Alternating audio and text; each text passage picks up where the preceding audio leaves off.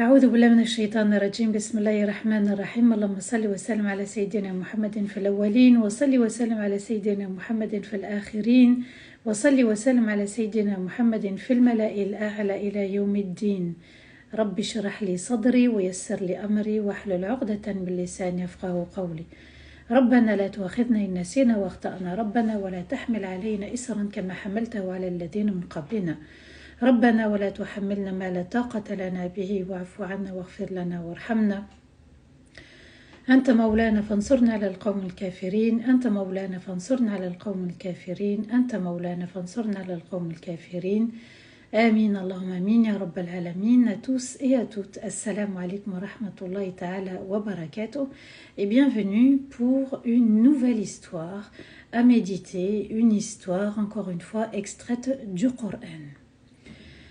L'histoire de ce soir, eh bien, c'est une histoire assez particulière puisque elle va parler d'une famille qui, pour la plupart des savants, ils habitaient au Yémen.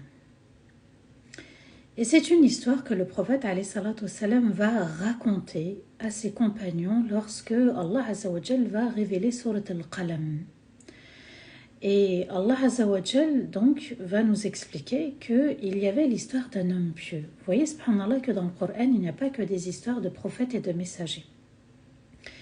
Il n'y a pas que des histoires concernant des prophètes qui nous ont précédés avec un peuple et des messagers avec un peuple. Il y avait aussi des personnes pieuses et Allah en a parlé et Allah les a élevées en degrés. Et l'histoire de ce soir, subhanallah, c'est l'histoire en fait d'un père de famille qui était propriétaire de plusieurs hectares de vergers. On dit qu'il avait des terres et des terres d'arbres fruitiers et de toutes sortes d'arbres fruitiers. Et dans ce qu'il avait, subhanallah, eh bien, il y avait une partie pour sa famille, lui et sa famille, une autre partie qui était réservée pour les pauvres, pour la sadaqa, et une autre partie, elle était utilisée pour la remettre dans les champs et dans les vergers. Ça, c'est le métier de l'agriculteur. Et une partie revenait dans les hectares de vergers. Mais il avait le souci de partager avec les autres et avec les nécessiteux. Subhanallah, dans chaque acte d'adoration, il y a cette part où on se purifie. Comme pour Ramadan, subhanallah, il y a zakat al-fitr, il y a zakat al-mal, quand on commence à avoir de l'argent de côté. Non, baraka. Et quand il s'agit des récoltes, il y a aussi une zakat. La zakat, il faut savoir, subhanallah, que c'est un impôt. C'est un impôt redevable aux nécessiteux, à une catégorie de personnes au pluriel. Allah Azza wa Jal, même la sadaqa, il l'a rendue obligatoire. Si vous regardez bien, Allah a dit à Rasulullah sallallahu alayhi wa sallam, خُذْ مِنْ أَمْوَالِهِمْ صَدَقَةً تُطَهِّرُهُمْ بِهَا وَتُزَكِّيهِمْ. Donc, prends de leur argent une partie pour qu'ils puissent se purifier et s'élever en degrés. Alors cet homme, il avait cette pratique-là. Une partie, c'est-à-dire un tiers. Et puis, c'était sa manière de faire pendant des années et des années et des années. Ce père va prendre de l'âge, il va s'affaiblir et il va décéder. Lorsqu'il décède, subhanallah, eh bien, sur ces 5 garçons, un seul va s'opposer à ses frères. Mais les 4 garçons, subhanallah, qu'est-ce qui s'est passé pour ces 4 garçons? Ils se sont dit, notre père, nous, il a perdu la raison. Avant, il prenait une partie qu'il distribuait aux pauvres. Nous, on ne comprend pas pourquoi il faisait ça. Et puis, cette part, elle nous revient. il n'avait pas à donner aux pauvres. Donc, en fait, les hectares deviennent un héritage, devient leur héritage, et ensuite, eh bien, ils ont jugé que leur père a fait une grosse erreur. Vous voyez, subhanallah, l'histoire de l'héritage, ça n'est pas que dans vos familles l'héritage qui pose un problème, c'est aussi dans le Coran ici. Et dans l'héritage, eh bien, sûrement le père voulait qu'il y ait toujours une partie qui revient aux pauvres. Mais les 4 garçons ont refusé, sauf un seul de tous les frères qui leur a dit, subhanallah, eh bien, notre père, c'est ce qu'il faisait et on doit continuer à le faire. On doit continuer à faire sadaqa, on doit continuer à donner zakat. Mais eux, pourquoi ils avaient peur de donner? Parce qu'ils avaient peur d'être pauvres, de manquer. Voilà pourquoi on refuse de faire sadaqa. Voilà pourquoi on se retient. Une des raisons, bien sûr. Allah Azza wa Jal va révéler dans Surat Al-Qalam, verset 17, à partir du verset 17, leur histoire. أعوذ بالله من الشيطان الرجيم بسم الله الرحمن الرحيم والله nous dit إن بلوناهم كما بلونا أصحاب الجنة إذ أقسموا ليصرمنها مصبحين. Nous les avons testés comme nous avons testé les propriétaires des vergers quand ils ont juré de tout récolter avant le matin. Ici, Allah Azza wa Jal nous dit qu'il va envoyer un test. Ces enfants, les enfants de cet homme pieux, les enfants de cet homme qui faisait sadaqa régulièrement, Allah va voir est-ce qu'ils continuent à faire sadaqa ou est-ce qu'ils estiment que la sadaqa va les appauvrir. C'est ce qu'on croit nous aussi, il ne faut pas se voiler la face. Allah a dit, nous les avons testés. Inna balawnahum kama balawna, nous les avons testés. Même la communauté est testée. Comme nous avons testé ceux qui étaient là avant, c'est-à-dire les propriétaires des vergers. Ashabul Jannah. Et ils ont juré, Allah nous dit, id aqsamu, et ils ont juré de se rendre dans la propriété avant, on va dire, le lever du soleil, avant qu'il ne fasse vraiment jour, pour ne pas être vus. Et bien sûr, avant que les pauvres n'arrivent et qu'ils viennent prendre leur haqq. Verset 18, Allah nous dit « Wala yastathnoun ». Wala yastathnoun, les savants ont donné 2 explications. C'est-à-dire sans qu'ils aient pu dire « Inch'Allah », premièrement, ou bien sans rien laisser aux pauvres. Les 2 sens vont ensemble. Ils n'ont pas dit Inch'Allah. Ils n'ont pas dit ici, subhanallah, eh bien, on viendra demain pour tout récolter, Inch'Allah. Souvenez-vous, le Inch'Allah était dans l'histoire de Moussa alayhi salam et Sayyidina Rasulullah sallallahu alayhi wa sallam, quand les Bani Israël sont venus lui poser les questions au sujet de Ar-Ruh, Al-Khidr et, Dhul Qarnayn. Et le prophète alayhi salatu wassalam n'a pas dit Inch'Allah, je reviendrai avec la réponse, et puis la révélation a tardé. Donc eux, ils n'ont pas dit Inch'Allah, et puis aussi ils ne voulaient rien laisser aux pauvres. C'est pour ça qu'ils voulaient venir très tôt le matin. Verset 19 فَطَافَ عَلَيْهَا طَائِفٌ مِّن رَبِّكَ وَهُمْ نَائِمُونَ. Alors le châtiment de ton Seigneur les a encerclés alors qu'ils étaient dans leur sommeil, alors qu'ils dormaient. Allah Azza wa Jal nous dit ces hectares, et souvenez-vous, c'était une histoire dans Surat Al-Kahf, cet homme qui dit « Oh, moi j'ai plus que toi, j'ai mieux que toi », sans dire « Masha'Allah, la quwwata illa billah ». Et il s'est cru supérieur à son frère. Et tout ça, c'est grâce à moi, c'est ce qu'il avait dit, c'est grâce à moi, et Allah a tout anéanti en une nuit. et il s'est levé le matin affolé. Ici, Allah Azza wa Jal nous dit, il y en a qui possèdent aussi. Ouais. En fait, il ne faut pas voir que les hectares. Hein. Tout le monde n'a pas des hectares et des hectares de vergers, de terre, de terrain, etc. C'est juste le fait de posséder.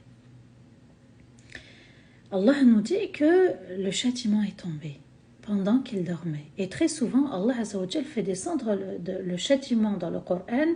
Quand il nous révèle le châtiment qui tombe sur les peuples, c'est pendant leur sommeil.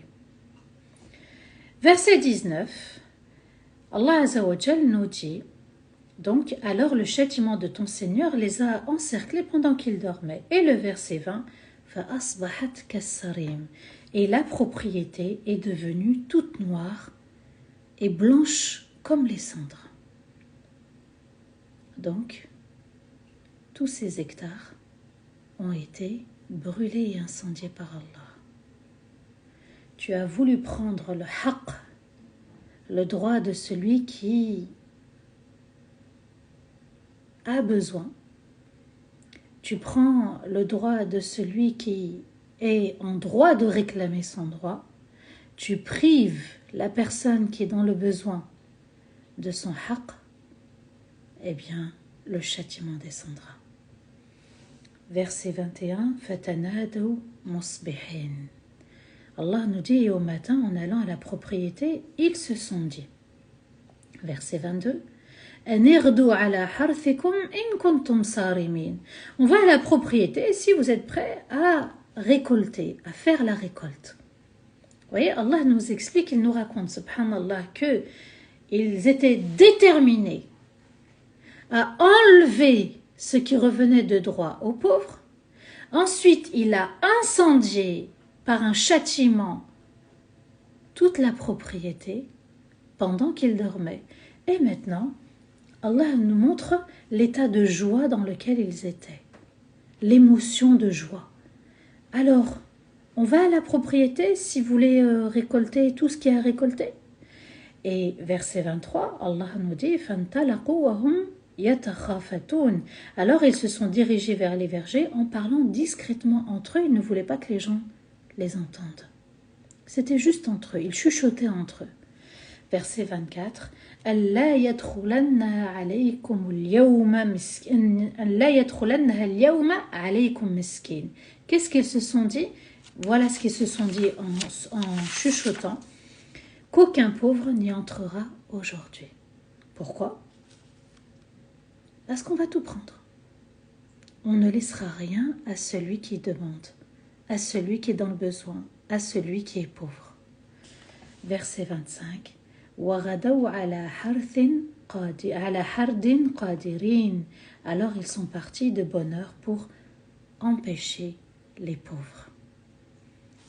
On dit, subhanallah, qu'ils sont partis avant le shuruq, hein, et après le fajr et avant le shuruq, pour arriver avant et pouvoir faire ce qu'ils ont à faire avant l'arrivée des personnes pauvres qui se rendaient, qui avaient l'habitude de se rendre dans cette propriété et de demander à son propriétaire une sadaqa.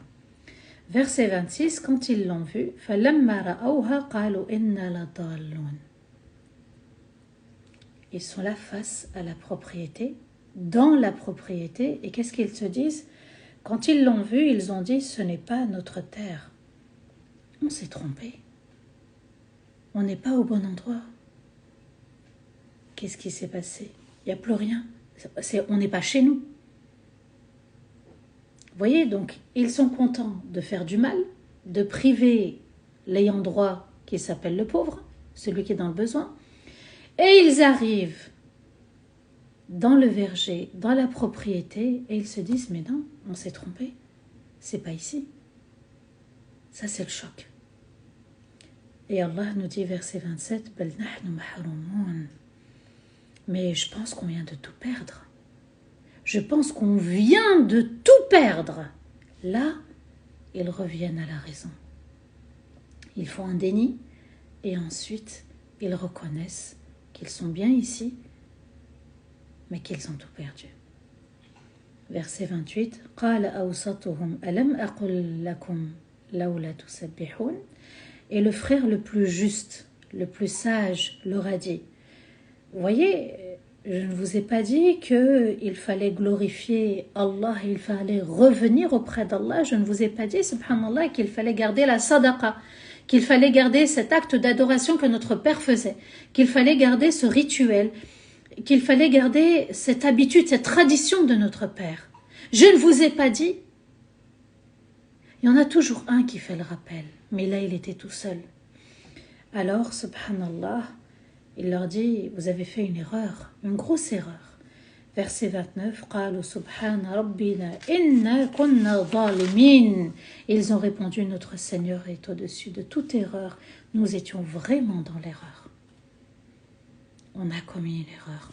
Maintenant que tout a disparu, tout est anéanti, tout a été incendié, mais c'est trop tard. Il fallait faire la sadaqa avant. Il fallait avoir la bonne intention avant. Il fallait œuvrer avant que ça ne soit trop tard. Là, c'est trop tard, là. Alors, ils sont face au châtiment d'Allah.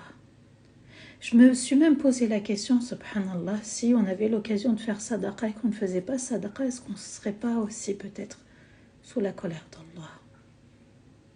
Ils avaient l'occasion de faire sadaqa, ils n'ont pas voulu, ils étaient déterminés, ils ont même menacé leurs frères au début de l'histoire. Notre Seigneur est au-dessus de toute erreur. Ils regrettent. Ils ont dit « Qalu subhana rabbina » Subhanallah veut dire Allah est au-dessus de toute erreur. « Inna kunna zalimin » On a fait une erreur. C'est la dua aussi de Sayyidina Yunus alayhi salam et la baleine. C'est l'invocation et la parole aussi de la reine de Saba. Et là, nous avons face à nous 4 frères qui regrettent de ne pas avoir perpétué une tradition qui s'appelle la sadaqa. Verset 30, فَأَقْبَلَ بَعْضُهُمْ عَلَى بَعْضٍ يَتَلَاوَمُونَ. Et chacun s'est adressé à l'autre en regrettant et en faisant des reproches. Mais pourquoi t'as pas insisté? Pourquoi tu nous as pas fait le rappel? Mais pourquoi on a fait ça? Et pourquoi? Mais les pourquoi, on peut les garder. Ils ne sont plus utiles, à part se faire du mal. Ils se sont fait du mal avant, ils se sont fait du mal après.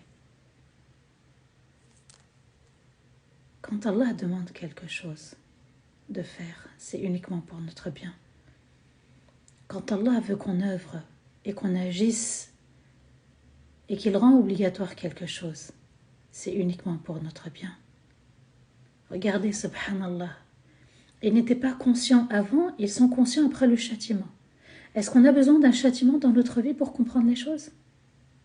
Pour comprendre que la sadaqa est vraiment utile et qu'elle protège d'un mal?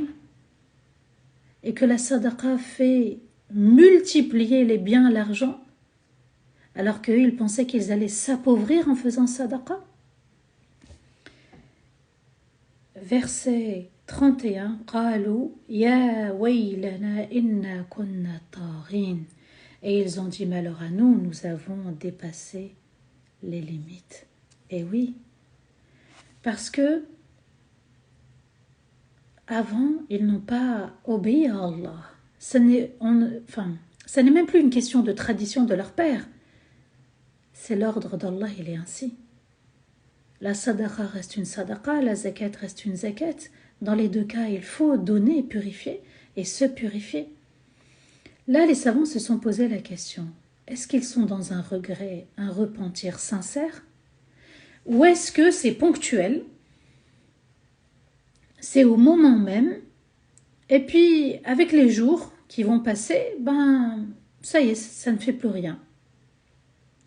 Les savants expliquent, subhanallah, qu'ils étaient dans un regret sincère. Parce qu'ils reconnaissent leur erreur. Ils ont bien compris qu'ils ont agi en dépassant les limites. Et ils ont compris que, le châtiment, il est terrible. Ils ont tout perdu. Il n'y a plus de pommes, il n'y a plus de fruits, il n'y a plus rien. Le rizq est parti d'un coup.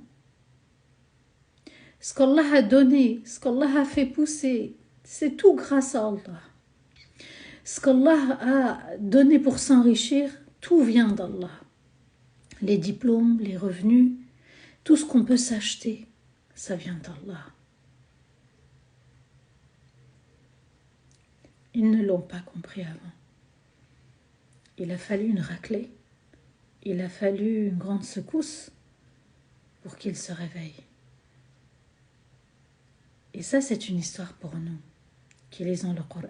C'est une histoire magnifique pour notre cœur, pour notre foi, pour notre lien avec Allah, pour notre lien avec les pauvres. Est-ce on est obligé aussi de voir des images où ça bombarde, où tout est rasé, pour comprendre, subhanallah, que nous n'avons pas joué notre rôle dans les invocations et notre rôle dans le fait de se réformer, chacun de nous? Est-ce qu'il a fallu des séismes? Est-ce qu'il a fallu des bombardements pour tout raser? Pour qu'on comprenne qu'il faut revenir à Allah? C'est ce qu'Allah nous dit. Quand on rase tout, comme ça, quand on intervient et qu'on rase tout, posez-vous la question. Ça n'est pas juste un frère qui s'est trompé. 4 frères. Il y en a un seul, et très peu font le rappel, et très peu sont sur le droit chemin, et très peu ont compris et sont conscients. Rabbi istarna, qu'Allah nous protège de faire partie de la majorité qui se trompe. Alors ici, ils ont continué à regretter, verset 32. Asa rabbuna an yubdilana khayran minha inna ila rabbina raghibun. Notre Seigneur nous changera avec quelque chose de meilleur. Nous voulons vraiment nous rapprocher de notre Seigneur. Ici, ils sont vraiment dans le regret. Ils veulent se rapprocher d'Allah, ils ont compris. Il y a parfois des erreurs qui nous rapprochent d'Allah.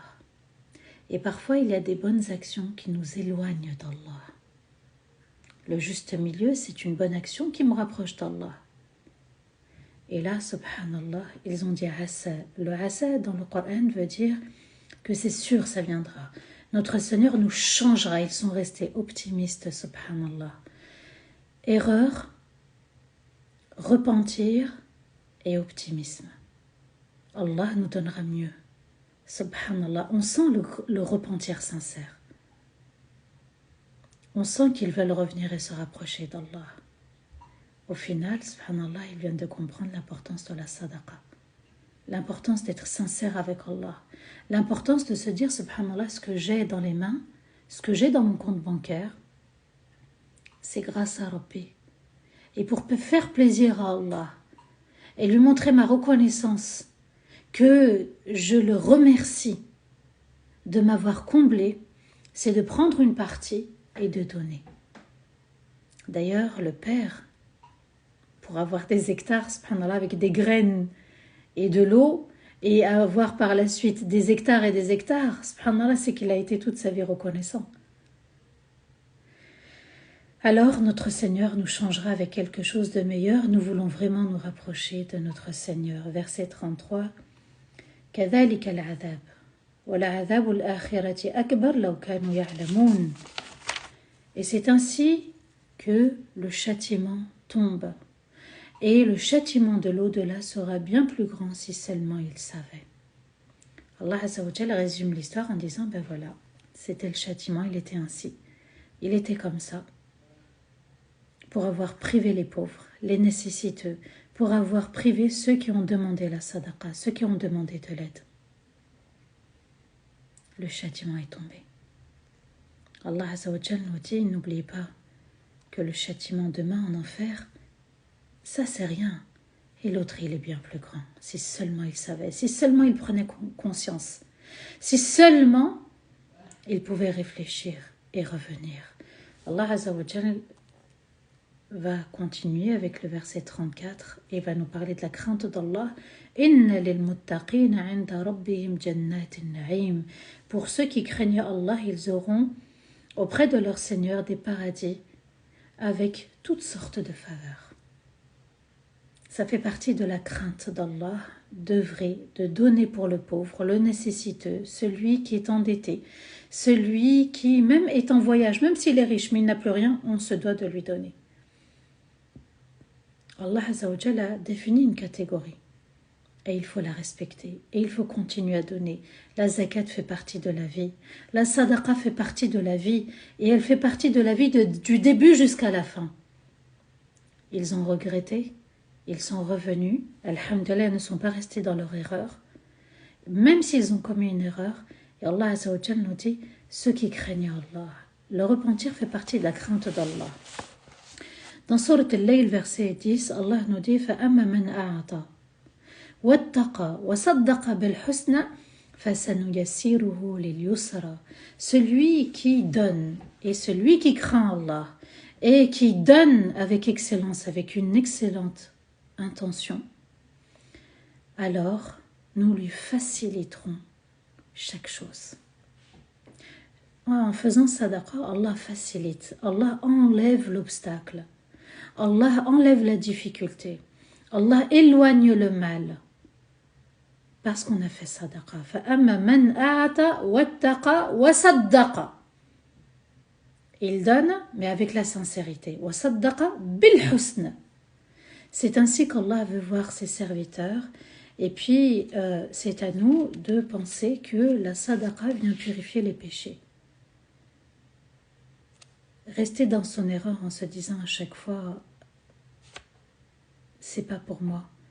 Je ne ferai pas partie des sauvés de l'enfer. Je l'ai choisi, je l'ai décidé. Mais Allah n'a pas voulu pour le serviteur l'enfer. Il a voulu pour lui le paradis. Et d'ailleurs, il nous a dit, Ya ayyuhalladhina amanu qu anfusakum wa ahlikum nara. Vous qui gardez la foi, protégez votre propre personne et protégez vos familles du feu de l'enfer. Donc la protection passe aussi par la sadaqa, par la salat, par les invocations, par la méditation, par le fait de lire le Coran. Toute notre vie, elle tourne autour d'Allah et c'est à nous de nous rapprocher d'Allah. Allah Azza wa Jal nous dit aussi, subhanallah, لينفق ذو سعة من سعته ومن قدر عليه رزقه فلينفق مما آتاه الله لا يكلف الله نفسا إلا ما آتاها سيجعل الله بعد عسر يسرا. Et qu'il dépense selon ses moyens, et celui qui a peu de moyens, qu'il dépense de ce qu'Allah lui a donné, même avec peu, subhanallah. Allah ne charge aucune âme au-delà de ses moyens, et Allah lui ouvrira les portes pour sa difficulté. Allah Azza wa Jal nous dit, tu donnes, que tu aies les moyens ou que tu aies peu de moyens, tu donnes. Allah sait très bien ce qui est bon pour nous, mais tu donnes. Et ensuite, Allah nous dit, سَيَجْعَلُ بَعْدَ عُسْرٍ يُسْرًا. C'est-à-dire qu'après la difficulté, Allah fera venir la solution, la situation s'améliorera.